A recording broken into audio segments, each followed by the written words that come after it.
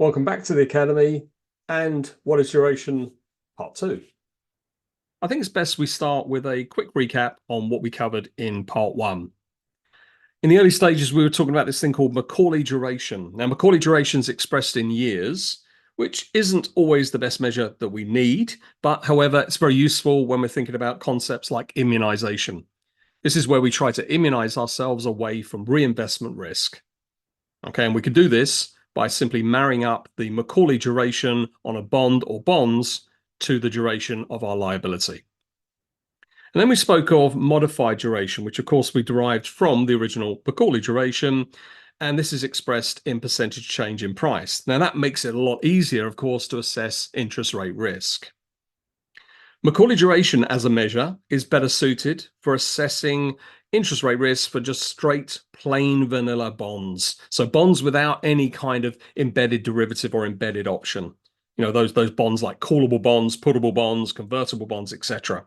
So Macaulay duration is better for just plain vanilla bonds without any funky features.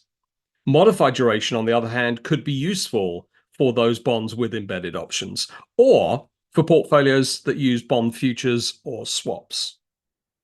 Now, we talked of limitations in part one. Both of these measures have this limitation where they assume a parallel shift in the yield curve. That means the change in yield, any change in yield is the same across all maturities, which is typically not the case.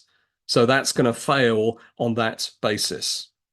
And then lastly, for bonds with longer time to maturity, your Macaulay duration will be higher than your modified duration, since the reinvestment of cash flows over a longer period of time will have a greater impact on the price sensitivity. So that's a quick recap on part one. Let's start part two by looking at things from a more empirical perspective. So what we're going to do is to look at something called effective duration. We're still looking to calculate an approximate percentage change in the bond's price. But this time what we're going to do is we're going to bump yields up and down by 1% from the original level and see the results accordingly. Okay, so you see the formula there for effective duration. Let's go back to our original example. So remember from part one, we had this 3-year bond with a 7% per annum coupon, and it was an annual paying bond, and it has 100 nominal value. And remember when we had yields at 5%, we calculated the bond's price to be $105.45. And you can see the relevant present values obviously on the graphic. Now we're going to bump that yield up to 6%. And the resulting price is $102.67, $102.67. If we bump yields down and we go down to 4%, then we have a new price of 108.33. And that's the actual calculations using, of course, what we did in part one. So let's take those numbers, let's plug them into the formula for effective duration. And as you see here, we come back with a result of 2.68%.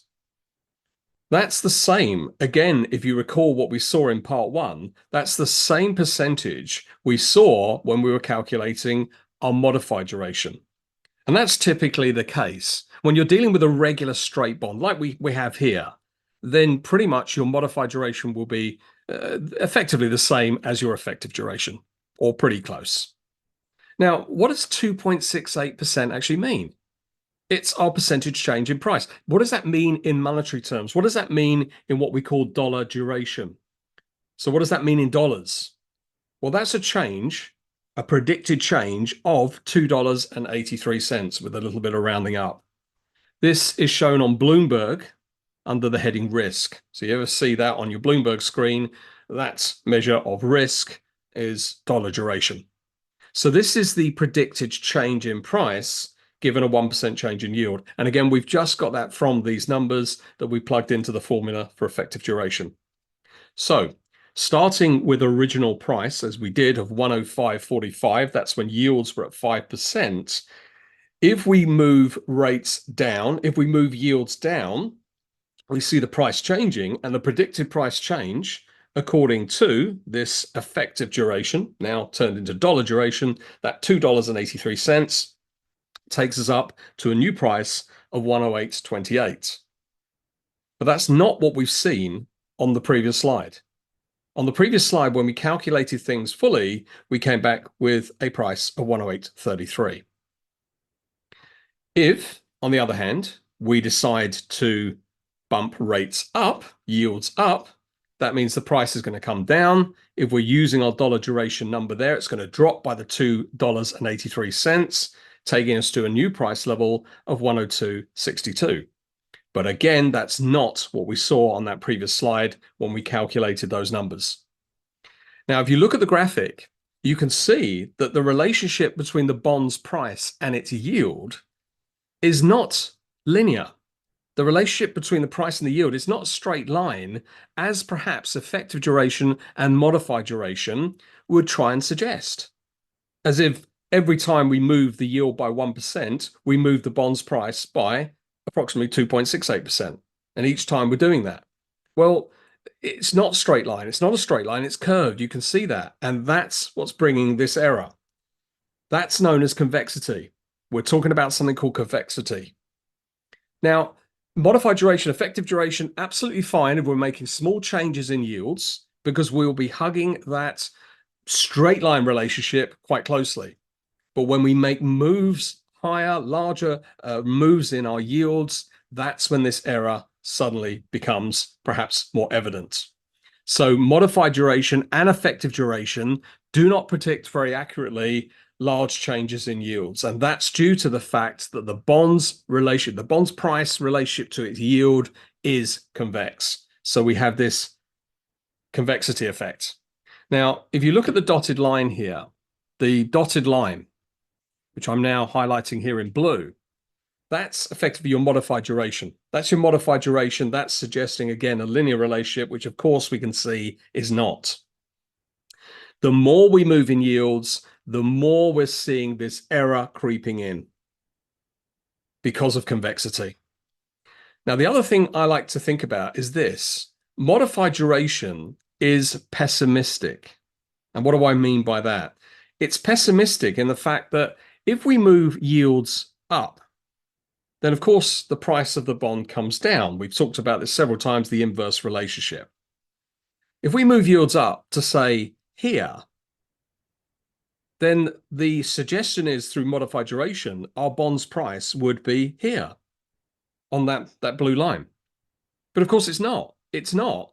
It's actually going to be here when we bring into effect the whole thing of convexity. So it's pessimistic. It's overestimating price falls. And if we bring yields down, then of course the bond's price goes up, according to modified duration, perhaps to here on that blue line. But in reality, because the convex nature of the bond's price versus yield will be higher. So once again, it's pessimistic. It underestimates price rises. So it overestimates price falls, it underestimates price rises, it looks at the worst case scenario in both cases. It's pessimistic. Nice, easy way to think about it. So let's now make a better prediction of where prices should go to with a move in yields. And we're going to bring in this effect of convexity, the convexity effect, we'll call it. Okay, and you see the formula there. Again, these recordings aren't about the maths. They're not about all of these formulas that you need to memorize or anything like that. It's just proving points. So we'll plug our numbers in and we come up with a new result. In this case, we've got 4.74158. And that's your convexity. But again, what does that mean? Well, let's turn it into dollar convexity. Let's talk about it in terms of dollar. So what we do is we take our price, we multiply that by the convexity number, and of course we apply the change in yield, and we're doing this squared because of course it's going up and down, it's convexity in that way. So dollar convexity, take our original price, 105.45, apply that convexity number that we've just calculated through the formula, and then what we're going to do is we're going to multiply by the change in yield. Of course, change in yield squared. So we're talking about a 1% change, which expressed as a decimal is 0.01. So it's 0.01 squared, and that gives us our new number here, which is just shy of 5 cents. That is our dollar convexity, just shy of 5 cents, as you see through that calculation. So going back to our modified duration prediction, that's predicted if we have the yield falling, then the price will go up to 108.28. But we saw through our actual calculations that was not correct. So let's look at the convexity adjusted predicted price. If the yields fall, again, we're going to start with that 108.28. We're going to now think about the convexity effect, and that gives us the correct price, 108.33. So this is a better way to bring everything to the party to come up with a better prediction of price given a 1% change in its yield. Just to conclude, it's something that's always asked of me in classes. We're talking about these things. We're talking about these moves when we shift the yield by 1%, but how often is that going to happen? Interest rates and bond yields don't tend to move by whole percentage points on a day-to-day basis. Of course they can, but they don't typically do that. More useful, therefore, is to take things down to 1/100th of that percent, 1/100th of 1% to a basis point. And we tend to see moves and we describe moves in basis points.